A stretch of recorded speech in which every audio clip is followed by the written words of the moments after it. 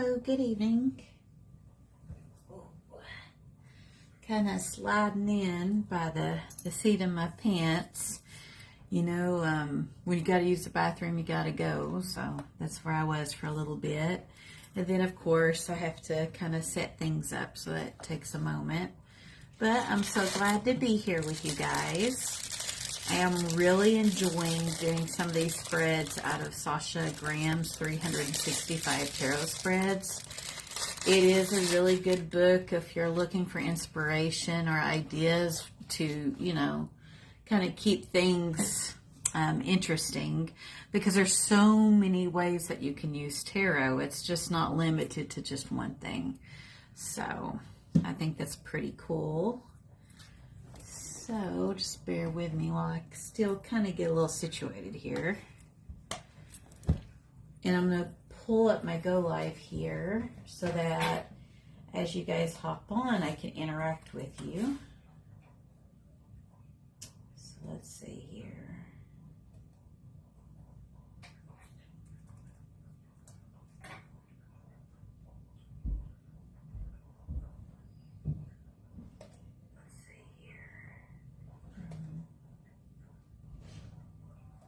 All right, cool. I've got the Go Live pulled up, and now I'll just get my deck out here. I see my little snake friend Freya. She's hanging out in her swimming pool. The life of a snake, you know. They're so chill. They're honestly not difficult to take care of at all, you know. So, let's see.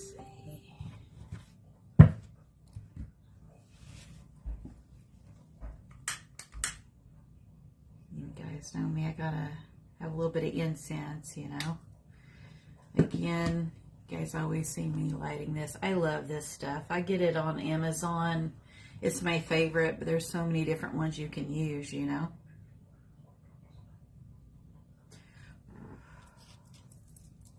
So today was a pretty good day for me.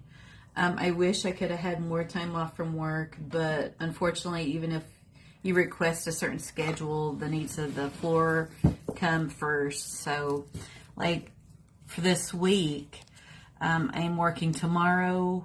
I'll be off on Wednesday. I'll work Thursday, and then I'll be off for the rest of the week, which would be nice.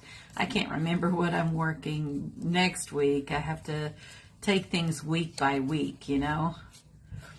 So the cool thing as far as today went is I did get some time in resting and relaxing with my family. I started a new book, which is pretty cool, entitled Psychic Witch by Matt Aaron. It's been on my to-be read list for a while, and so far I like it. He writes in such a way where I feel like I'm just having a conversation with somebody. So I think it's going to make for a really interesting read. I'm also at the same time, I'm going to start a new fiction book. I believe the title of that's Cabin in the Pines. I cannot remember the author, but I haven't started it yet. I try to generally bounce between two books. It keeps things interesting, you know, because usually I pour through one book, knock it out because, you know, I love to read, and then I start another book. I went to Pathways. I hadn't been there in like a month and a half, and I got to see some people there and visit and say hello, and I was able to get some rings. Last weekend, one of my like rubber rings that I would wear, I generally would wear it all the time, just came apart on its own when I was typing at a keyboard. So I ended up getting some new rings today. This little guy there. They look prettier when the sun hits them. You guys know I'm not really a big fan of the summertime, but I'm trying to line them up a little bit. But I think they're so pretty. And they have so much there at Pathways. I'm like looking, and Deb is helping me out, and she's such just a beautiful soul. You know, I was just like, oh my goodness. I try to be practical too, because I have my eye on one, but I just didn't want it to not be utilized enough. So with these, I'll wear them every day, but I may end up going back for the other one at some point. I don't know. And then just like wear it when I'm not at work. But anyway, and then I came home and spent the rest of the day with my family, and it's been pretty low key and chill, which has been nice. So feel free to share with me how your day's been. So tonight I will be demonstrating how to do the Alice in Wonderland spread, which is from Sasha Graham's 365 Tarot Spreads. I totally do recommend this book. It's a big, meaty book. And even though, you know, of course, there's like a spread for each day of the year, since we have a total of 365 days in 1 year, you can totally do what resonates with you, you know. I see my mom's here. Good evening, Mom. Is Belle with you? And if so, how is Belle doing and how are you doing? Let's see. So let's see here. So as far as this spread goes, it says, one afternoon, Carol was boating with a few children, spinning the tale of a bored little girl who saw a very big adventure. The real Alice requested he write it down for her. Obliging her, this became the manuscript for his great novel. So see, I didn't know that. I didn't know that story was written based on a real little girl and a story he had told her. Let's see here. So it alludes to Lewis Carroll being the author of Alice's Adventures in Wonderland and its sequel, which is entitled Through the Looking Glass. And it says the author was born. That was back in January of 1832. That's how long we've had that story. It's a really long time. So it says, as far as the summation of this spread would be, Alice in Wonderland altered the landscape of children's books, pop culture, and fantasy fiction forever. This spread uses Carol's themes and characters to shed light on your personal life. So that's what we're about to do together. And this kind of shows how she formats it. The ink's a little bit on the lighter side, you know. But again, it's just an excellent book to draw inspiration from. So I'll go ahead and get this out of the way here. Let's see. And so my mom says she is doing real good. She's sitting there playing with the toy I had bought her today. Oh, cool. You have to tell me what toy did you get her. I just came in from mowing, calling it a day until tomorrow. Then I'll get back at it. Well, I'm glad you're taking time to rest and hydrate, Maddie. You know what? Or not Maddie, but I'm sorry. I meant to say Mom. Maddie, are you wanting to come on and say hi? Do you want to pop? I mean, your grandma's on here. Come behind me and just say hi to your grandma. Hi, Grandma. I'm sorry. I meant to say Mom and I said Maddie. Well, they both begin with M. But yes, with this heat, I do not blame you, Mom, for breaking that up and not trying to get it all done in one day. That, you got Belle, and I'm sure she's getting into everything, so you do have to pace yourself out some, you know. So, I'm going to go ahead and turn my camera facing down. I see Seraphine's here too, and my hubby. Hi, Tim. So I'm going to go ahead and point this downward here. All right. So basically, we're going to go ahead, we're going to put down a total of 10 cards here. And feel free to drop comments about whatever. This is pretty laid back, you know.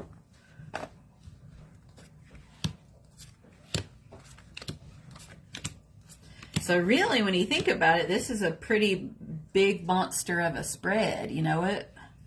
So this should be a lot of fun. We're about to look at a lot of different things with this spread, you know.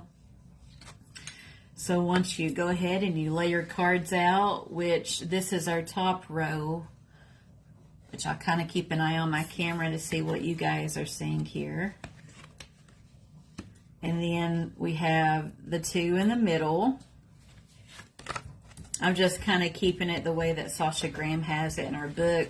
And just due to the size of my altar space, I do overlap my cards a little bit, so you may not have full visibility until I actually pull the card out, you know. So we have this big bear of a spread. So it's definitely a conversation starter, or if you're reading for yourself, this would be a very good one to sit and reflect and journal on. And of course, we've got that Alice in Wonderland theme. So we're going to start. Again, remember, this is a mirror image, so this is my left, which is where my hand is right now. Let's see here. I was just looking at my camera briefly. So the first card is entitled The Rabbit Hole, which is, where do I find adventure in my life? Because remember, at the beginning of the story, Alice was initially hanging out with her sister, just feeling very morose about her responsibilities in life. And that's when Alice saw the rabbit that was in a hurry, and she follows the rabbit. And then she then proceeds to fall down this rabbit hole, right? And so with our own lives in this reading, what would be our rabbit hole where we would see an adventure or even gain a different perspective? And so what we have here is the Ace of Pentacles. And you know, in tarot, the aces are all about those new beginnings, and then the pentacles are all about the tangible earthly things, such as careers, possessions, home. But being that we are from the earth, we are earthly in our bodies, this also covers ourselves. So this could take the shape of different things. And what I'm seeing here is somebody's arm outstretched holding that pentacle up to a picture where it appears to be some sort of cake, which seems rather out of place in this picture, which has this lush green landscape, a really pretty blue sky with some white clouds, and like a golden frame. And then around it, it looks like it's in a very kind of a subdued environment. You see that dark green on the walls. So what this tells me by looking at it intuitively and at the details that were given in this card is that we may not have a great grasp of what we want in life. So here in the card, yes, we have the ace. We have a new beginning. We have a pentacle. However, what we want in life, where we would ideally want to go on an adventure, is it realistic and feasible? Like, ideally, we are very much thinking of this new beginning, this new start, and wanting it to pan out and work out well. But does it really align or not? So if I was, let's pretend I'm reading for somebody, I would ask them about this. You know, how are things in life? Are you happy with where you are in life? Or what is it you would want to do differently to shake things up a bit, you know? And then that, just this one card alone would lead into a conversation about, okay, is it realistic? If you don't have the resources for this adventure, or if it looks differently, what it would be more obtainable, and what steps would you take to maybe get to a different destination, you know? So I think this would be a really interesting card just to converse over in general. Over, again, this would be the rabbit hole, which would be synonymous for adventure. Now let's see here. So my mom says, hi, Maddie. I hope you're having a good evening. And she is right. Mom and Maddie start with M, LOL, and I bought her a light-up ball. Oh, that's cool. I bet she's enjoying that ball, Mom. That's good. It's something tactile that she can play with. hopefully it holds her attention for a while. And just so you guys know, we're talking about my little niece who is walking and getting into everything. So, you know, little fries get into all sorts of stuff. So the second card would be entitled Pool of Tears. So you guys know, as I go over this spread, I'll briefly allude to the movie. So do you guys remember from the cartoon, which I know is rather dated now, when Alice was upset and she started to cry? And I'm trying to remember, I want to say she was too large for the room. She took a bite of some sort of like dessert that said "eat me," and then grew so large that here she is, she could barely fit in the room, and she felt trapped and frustrated. And when she started to cry, that was, I believe, I'm trying to remember the details. She drank some elixir to go back to somebody with very small to be able to fit through this door. So the question in reference to the Pool of Tears is, what in my life, or say the querent's life, makes them sad? And for this second card, we have the Wheel of Fortune, which is from the Major Arcana. So you guys know, especially if you've been in my group for a while, you know, this is a Major Arcana card. The Wheel of Fortune is very symbolic about the seasons in our life, how just like the moon, everything comes and goes in phases. It reflects, again, different seasons of our life, decisions being made. Now, what I see intuitively, though, knowing the base and the core meanings, but again, I'm looking at the artist interpretation, this reminds me of a hamster on a wheel. And with all the various cards behind the wheel, it reminds me of all the various things that we're trying to accomplish every day. And it's almost like some days you take one step forward and two steps back, but that you don't feel like you really have time to stop and reflect about this game that is life. Kind of like the board game life, right? Because I mean, that's actually a real game. You know, so when we would be talking, when I would talk to the querent, I would be like, in your life, like, do you feel like you're not getting enough downtime and it's kind of stressing you out trying to keep track of everything? You know, and that would lead to that type of conversation. And of course, as I would converse with them, I would be like, you know, what do you intuitively see? Because of course that has value. But that's what I see with this. It's very much like a hamster wheel, that nonstop movement, and just feeling like you're not going anywhere. So just think about that hamster wheel with the little hamster on it, and it's going, going, going, and the wheel's spinning, spinning, spinning, but they're staying in one place. And how frustrating that would have to feel, say, for Alice and the rabbit, always after this goal, or maybe to get somewhere, tracking back to this first card, but maybe it's not very pragmatic or realistic, really, you know? So you see how, like, you can build onto dialogue with just even one card, you know? So we'll just keep moving along, and of course, feel free to comment, because I am keeping an eye on my comments during this.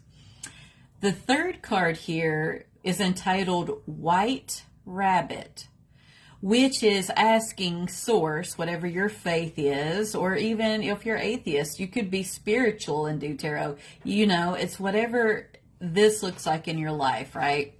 Or the person you're reading for. What message does, say, Source or Spirit want us to receive? And so for this third card, we have the Ace of Cups. So for me, when I look at this card, and I'll hold it back up so you guys can see it, I am seeing like this, like a bronze chalice, like this cup being held, and it's being compared to the cup which has the saucer underneath it in the picture, but they don't look alike. And in the background, there appears to be like this pond with a waterfall in it, and then a blue sky with clouds. And again, we've got that gold picture frame. So when I intuitively look at this card, I'm still seeing that there's a misalignment, right? So I would say, not only based on that first card, maybe we're kind of looking maybe down the wrong rabbit hole. Again, it might be unrealistic. It's more of a dream, but is it something actually obtainable, right? Because it's going to be frustrating if it's not. With cups, we're looking more at the emotions, right? The watery side of us. And so I think the message that the white rabbit in this spread is asking us to determine is, how are we keeping our cup full? That would be, are we doing it based on our expectations? Like the world that we're seeing in the picture is the ideal world that, say, the querent would like. Really pretty, cute little cup with the saucer. And then with this environment, but when they hold it up, this looks rather old and dated looking, right? It looks nowhere near like the cup and saucer in the picture. And again, it's the gold frame. So it's like the ideal of what we wish we could have. But is it, again, truly pragmatic and realistic? And then I would be wanting to ask this person, how do you take care of yourself if each and every day you're feeling like this? This is not a good feeling to be at, right? None of us would have fun on this hamster wheel. We would be wanting to talk about what are you doing to slow down and have fun and enjoy what you have. And if you're miserable in life, what is it that you're not happy about? And how can you maybe make some small changes to move forward to a better place in life and maybe have more of a realistic viewpoint about where they want to go? But again, it's going into kind of like we've talked about in a lot of tarot teaching moments, how are we keeping that cup full? Is it adequate or not?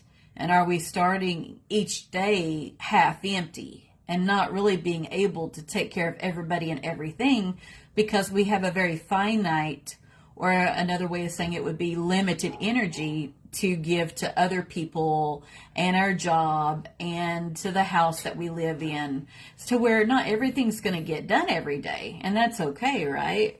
Like none of us gets everything done and none of us exceeds at everything we do. It's just not realistic. And I really like that we have this feel of it not being realistic with this spread, because if you guys even know like the basic premise of Alice in Wonderland, it's a dream world where the characters and the situations and the world itself make no sense.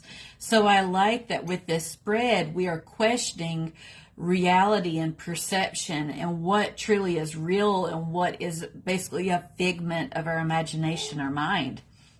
This is actually, so far, I think, a really interesting spread, It would be a really good one even to journal about, The fourth card, which is over here, would be size change. So this is kind of reflecting back about how Alice changed her size, going too big to too small. So it asks what change or changes is needed in life. We have the Queen of Wands. Now, the Queen of Wands in tarot is generally seen as very attractive. Wands, you're talking about that fiery, creative, passionate energy. And this person, all of our queens are intuitive. So we still have that emotional component. But generally, they are very much comfortable in their own skin and setting, and they're not one to just say and do things without reflection. Despite that fiery temperament, they do have a temper to them, this personality does, but being it's a queen and the expectations that come with, say, that energy, they're going to be more thoughtful and logical before they give you, say, a piece of their mind or speak their mind on something. They're, again, very calculated. With this, what I'm saying is... It definitely does look like a queen. She doesn't look happy to me. So, and she's surrounded in like this desert environment, which makes sense because we're dealing with fire. We're dealing with heat. We have the black cat, which I like that they've included that because it's a nod toward the Rider-Waite-Smith and the black cat that's by the Queen of Wands. That is a nod toward the occult, which is magic, mysticism, spirituality. And I like how she's holding that red hand, or not red hand, but the red flag in her right hand, showing manifestation. Very comfortable, very direct gaze, and her feet are apart, so she's open. And I like how there's a black heart on there too. So to me, that red shows victory, passion, love. This is somebody who's conquered. Like, this is like a warrior, you know, and triumphant. And she's a force to reckon with. So going back to the question for this spread, what changes are needed in life? I would say, even though this is a queen, and I've been talking to you guys about what this means, generally speaking, she doesn't look happy, does she, in this card? The cat looks happier than she does. I would ask the querent, you know, what is it in your life that, you know, is working out great and you're really proud of it too, right? It could be a hobby, career, relationship, you know, something of that nature. But is it taking something away from them? Their inner peace, maybe depriving them of some happiness, even though they're good at it. I would question them, since we were trying to determine what theoretical rabbit hole they should jump down. Even though they're good at it, is it really what they want to do in life? For example, some people are brought up, their parents are both doctors. And this is very common with some of the younger people I work with too. They are expected to generally go to medical school. I'm not saying all families who have doctors as parents demand that their kids go to medical school, but I am currently working with such an individual. And at first, he was not thrilled at the concept of going to medical school, but he said, I grew into liking the idea, you know. So at this point in time, the young man thinks that's what he wants to do. But it's an example of, are you living the life you actually want to live? And just because you're good at something, does it really mean you should do it, or should you re-examine it and maybe go on that new fool's journey and try something new? You know, because again, this person looks miserable, and none of us want to look like that, right? Day in and day out. Let's see, and I see Tennille's here. Hi, Tennille. And she said, loving that blue ring, girl. Blue, oh, I'm going to try to say it. Chalcedony, yes, or lace agate. I'm sure I'm slaughtering that one portion of the word. Blue chalcedony is what it is, Tennille. I know. I got it at Pathways today. Deb helped me out, and she even performed Reiki on my rings to clean them so I could wear them out. My rings were getting old, and I've been working hard and had the money saved up a bit to be able to do this. I got a few rings today, and I'm going to wear them all the time. I just know from talking to Amanda, I'm going to take my rings off, because she told me real good one day, don't wash dishes and don't jump in the shower with your rings, especially stones like moonstone and things with that really pretty luster to them, because if anything, like we were talking, a lot of times they glue the stone in, so these hot showers loosen up that glue. But especially if you've got a stone with some luster to it, it takes it away, you know. I generally, amethyst is one of my favorites, so I have that. And then I've got this guy here, the malachite. This is quartz with the tourmaline through it. I love that. That's one of my favorite stones. I love it. Citrine. You just said it, the blue, what is it? Chalcedony. That's a mouthful. I hope I'm pronunciating that correctly. And this is, oh man, I'm going to try to say it right too. Kanzite? I hadn't heard about it till today, and I'm sure you won't be able to tell necessarily, but it's like a dark blue, and it's got like, I don't know, like glitter or something in it. Like, it's really pretty, like when the light hits it. But I have a time saying some of the stones' names, you know. And Tennille says, one of my favorite stones, so dreamy. I know, I feel like I'm wearing a mood ring. You know, like I like that it's like a big bubble, and I think when I look down at it, it's just going to make me happy. Like this one, I was reading about it with Deb. It makes you calm, makes you feel tranquil, you know. So, yeah. And then let's see. Tennille says, I have handfuls of rings too when I'm not working. See, that's the thing. I'm a nurse. So, I don't know. I was told one time it's probably because I'm from Tennessee and we wear a lot of rings. I had a lady tell me this. She noticed this with women out of Tennessee. We like to wear rings. My mother wears rings. I don't know if that is part of it, but I don't feel right if I don't have my jewelry on. So I've been wearing them to work, you know, but I think I'm always really cognizant about, as I take gloves on to do all that hand hygiene, I'm watching my rings. I'm always so fearful of losing one, really, especially if it's a little loose, you know, but I get it. I saw one today I wanted to get, but I'm thinking it's just not practical for every day, but I might end up going back to get it, you know. It was really cool looking, but I probably got enough rings for the time being because I'll leave for Salem in a couple weeks. So I need to be good, you know.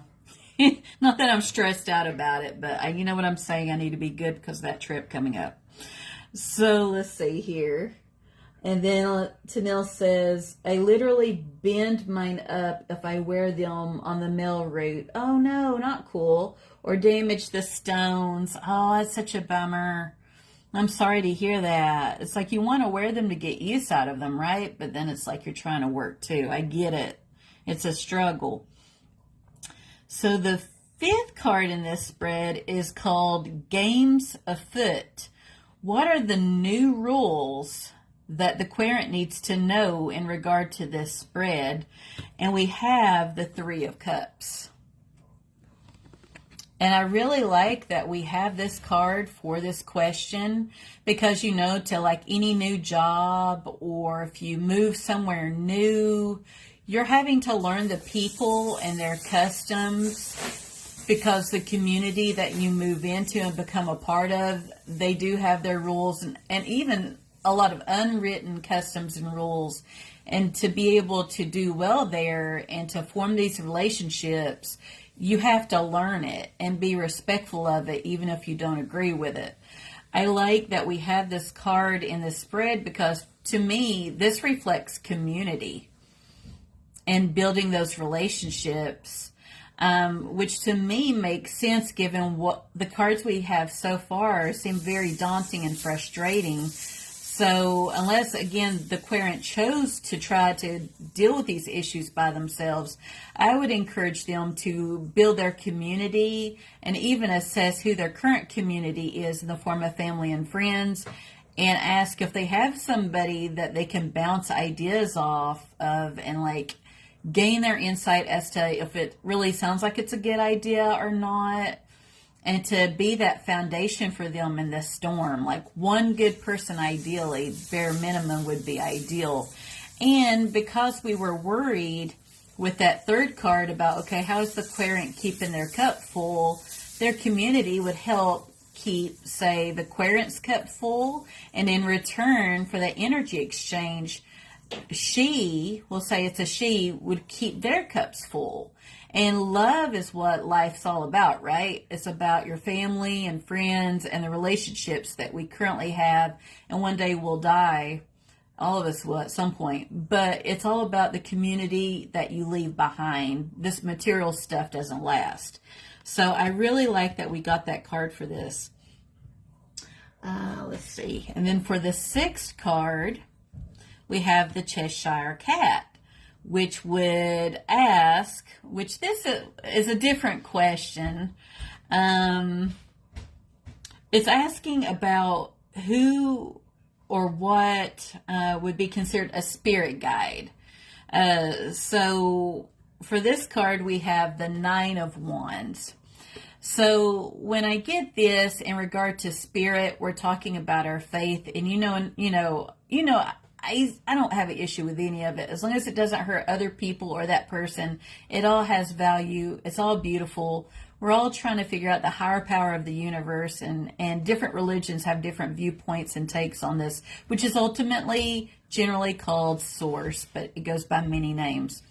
What I see when I look at this, we still have that wand energy, but again, this figure looks very much tired, exhausted, on the defensive. And again, they're alone. And this is a desert region. It's, again, wand energy. It makes sense. It's in a desert. Look at the sky in the back. We've got like a lot of like dark clouds. It looks like rain clouds to me, like a storm's brewing. Or it could possibly be clearing up, being that we're approaching the end of the suit, being that it's a 9. What I would say is maybe this person is feeling a little on guard and on the defensive, maybe trying to move on and build on that community. These people, they may be cool, but they might challenge the religion or faith or viewpoints of the querent, and maybe they're going to feel vulnerable and not accepted. It could also mean if they take that step, whatever that next big step is, since what they're currently doing is making them miserable, even though they've mastered it. Look at, again, that face, they're miserable. We don't have realistic expectations. It could be clinging to that mastery. Like, yeah, it's great that you were good at that job that you hated, but if you're miserable, then why would you want to keep on that current road or that journey for the rest of your life? So it shows the need that, yeah, all this is great and good, but it's like a wall is built up, which I think would get in the way of building community, you know? So we would get to talking about that, you know, and their viewpoint on things, you know. So let's see. And then the next card would be the Mad Hatter. And it asks us, what insanity do we need to get rid of, or querent? What do they need to get rid of? And we have the 7 of Pentacles. I really like this card. Take a look at it. So we have this tree, and I love trees because of how they're rooted. And it looks like we've got, let me take a closer look. I believe that's a raven because the beak is curved. That's why I was looking. Crows have a shorter beak to them. But you see how the queen, she's got her guy out there, and she did not like that these roses are white. She ordered him, I want you to take paint and paint all of them red, because even though it's a tree and it's fruitful, I wanted red roses, not white. And so he's on a fool's errand right now. He's trying to paint all of these roses red, and the raven is just thinking, what in the world are you doing? My home, this tree is perfect the way it is, you know. And again, just like we did with the Knight of Wands card that we just got done talking about with these walls and defenses up, we have a big, thick wall back here. It appears to be made out of some sort of stone. And we've got that sky with the clouds. We don't have a lot of clarity. There's a lot of good here, but I don't know. We have a lot of accomplishments here. We have a lot of green. But again, is this person's viewpoint, especially if they're emotionally strung out, they're exhausted, are they seeing things correctly? You know, like, again, like looking at their life, what's working and what's not. And are they being a little too hard on themselves? Maybe it's okay, even if, you know, they wanted red roses, to be happy for the white. And like kind of move on and do something else instead of maybe trying to change something, a relationship, friendship, or job, trying to make something work that just simply is not working. You know, like why do all this with the energy? It's just counterproductive, right? So I think that's really cool how that played out. The next card would be number 8. And of course, feel free to chime in with comments. I keep observing my comments here. It would be the Queen of Hearts position, and it is asking the querent, how do they bully themselves? I find it interesting that we keep getting ace cards with these unrealistic pictures in contrast to what the person with the arm extended with the hand is holding. Again, we do not have a firm grasp on reality, and we keep having that repetitive pattern. So in regards to how they bully themselves, again, we have that Ace of Wand energy, that big fiery passion where it's like needs that direction, where somebody's excited and creative. They just need to focus it, right? But again, I don't know. I see the person, again, wanting to hang on to their wand, just like our friend here in this picture is. But at the same time, I don't know. I don't see these two images lining up. Like when I look at this, I'm seeing all sorts of potential, but there's like no focus. There's no plan. There's no clarity. And it's like wanting. The person's wanting more of that, but does not feel like their wand's on fire. It's kind of like they're grasping for, maybe lack of better descriptors. So yeah, I think again, it's really important to look at that life trajectory and where they are with their journey and what's working and what's not. And again, it's good to have this energy put into something. Not to feel like it's not being used and then having it build up in that person. That energy needs to be expended somewhere. So maybe they need to consider going to like a trade school, college, traveling somewhere new.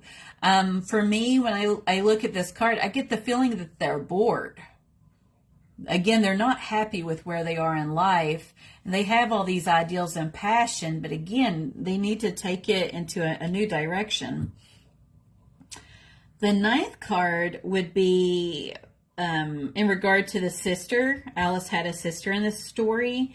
And it asks what would be a source of comfort for the querent. And we have the King of Swords. So as far as a source of comfort, when I do readings, I like to see it in terms of somebody having ownership over themselves. Although I can also say that a source of comfort might be, this could be somebody in that person's life. So like Alice had her sister in that story, right? Who grounded her and helped her, with her studies and all this, that Alice thought was boring. A source of comfort for the querent might be this energy, the King of Swords, who they do not mince words, highly logical, not patient. They like to take actions, and do things by the book, just like this gentleman, this little Humpty Dumpty figure is. And basically the way he's holding the sword up is what he says goes. It could be looked at in different ways. If this is somebody in that person's life, I would ask them, does this remind you, this energy? And I would describe what I just did to you guys with this King of Sword energy. Is this like a boyfriend, husband, some sort of significant other that you lean upon a lot? And then I would also, after they answer that question, I'd be like, okay, so do you feel like this individual judges you? Can they be a little harsh on you? Do you feel supported by them or not so much?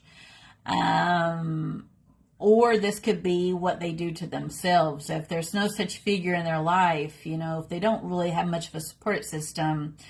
For me, I would say as a source of comfort, it would be getting more clarification in life. With the swords, we're all about that logic and the thought processes.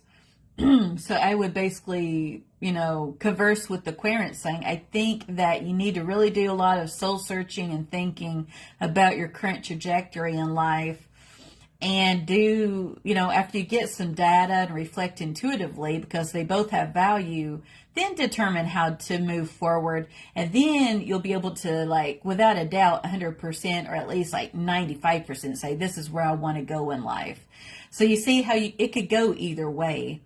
But being that this position was supposed to be Alice's sister, it made me think this could be an energy in the querent's life that could be a bit smothering, maybe, for lack of a better word, and that would not be in a good way. The last card would be entitled Wonderland, which would wrap up this spread, and it asks, what makes life extraordinary? And what we have here is the Hangman, which is our Mad Hatter upside down. He's trying to drink, and there's no way he's going to drink from an upside down teacup. And I can't imagine it would be comfortable eating toast upside down either. And when we see the Hangman, which you guys know he's from the Major Arcana, at that point in the Fool's journey, that's when the Fool kind of like took a time out, hung upside down, trying to rest and get a different perspective and reflect. And again, generally with the, Rider-Waite-Smith, it forms the number 4, which when you think of anything with tarot with the number 4, it's stable like a table when we're talking 4s. Ultimately, this energy, and again, it doesn't matter if it's male or female, we're talking about the energy. They long for stability and structure, but they don't know. Again, this whole reading loudly shouts out that this person has these ideas, but they may not be realistic, and they may not really know what they want. And they need, especially going back to this energy, being like a hamster on the wheel and always running, and never getting to where they want to go, they need to take some time out to rest and think and reflect. And I would also humbly suggest for them to lean into their friends and family and remind them that they don't have to get through this alone, but then to, of course, be open to the viewpoints of others and not maybe be so on the defensive. You know what I'm saying? So yeah. And then if, when you're talking to them, just like any other spread, if they are talking to you and they're like, this is cool and it resounds with me, but they'll be like, that card didn't make sense. So you still have, your cards that they gave you. So for me, I allow the querent to shuffle. My decks are working decks, but you do what resounds with you if you read for others. Some don't do that. So you just do what resounds, right? But I have them shuffle and think about what's bothering them, where they need clarification on. They give it back to me. I do the spread. I keep this. Okay, I just put it off to the side, and I even tell them, after we discuss your spread, and I'm like, we're going to kind of go over some things. There's always things to talk about. Then I'll pull one clarifier per card if we need more information about something. And then it's kind of like, it takes you down another theoretical rabbit hole, And I always want to instill hope when I do readings for people. I tell them this reflects where they currently are right now, and that based on their free will, because everybody has free will, that all of this can change at the drop of a hat. This, if anything, it's a visual aid and a conversation starter to get to thinking about what's working and what's not working. And it does lead to some interesting conversations, I think. And so that pretty well sums us up. Now, if you have any questions, I should have brought some water with me. Of course, as always, leave them in the comments, or if you're shy, which the people in my group are cool. If they weren't, they wouldn't be here. They wouldn't. I wouldn't tolerate it. But they're sweet, and so nobody's going to judge you if you ask anything. If anything, you'll get different perspectives. But if you're not comfortable, shoot me a message. And I'll probably do another one of these spreads, not tomorrow since I work tomorrow, because I do the 12-hour shifts. But I will go ahead and I'll do us another spread on, Wednesday. I had to think for a minute. So we'll keep it fun and light. We'll keep doing different spreads together. And if there's anything you'd like to see in our group that you'd like to learn about, feel free to let me know and we'll look into it. Or of course, if you feel moved to teach our group anything or do a spread, let me know just to make sure there's no schedule conflicts. I would encourage it. So that's it. That wraps us up for tonight. I've had fun doing this reading with you guys. I hope you get a really restful, good night's sleep, and that you remain safe and that you're happy wherever life has you right now. Now if things aren't going so great, just like my daddy used to say, every hound dog has its day. Meaning with every day where it's not so great, it's a bad day, or it's a bad week, or sometimes even a bad month. But life is full of those ups and downs. Everything's transient. So just keep that in mind and just take things a day at a time. That's what I generally do. And I will talk to you later. Bye.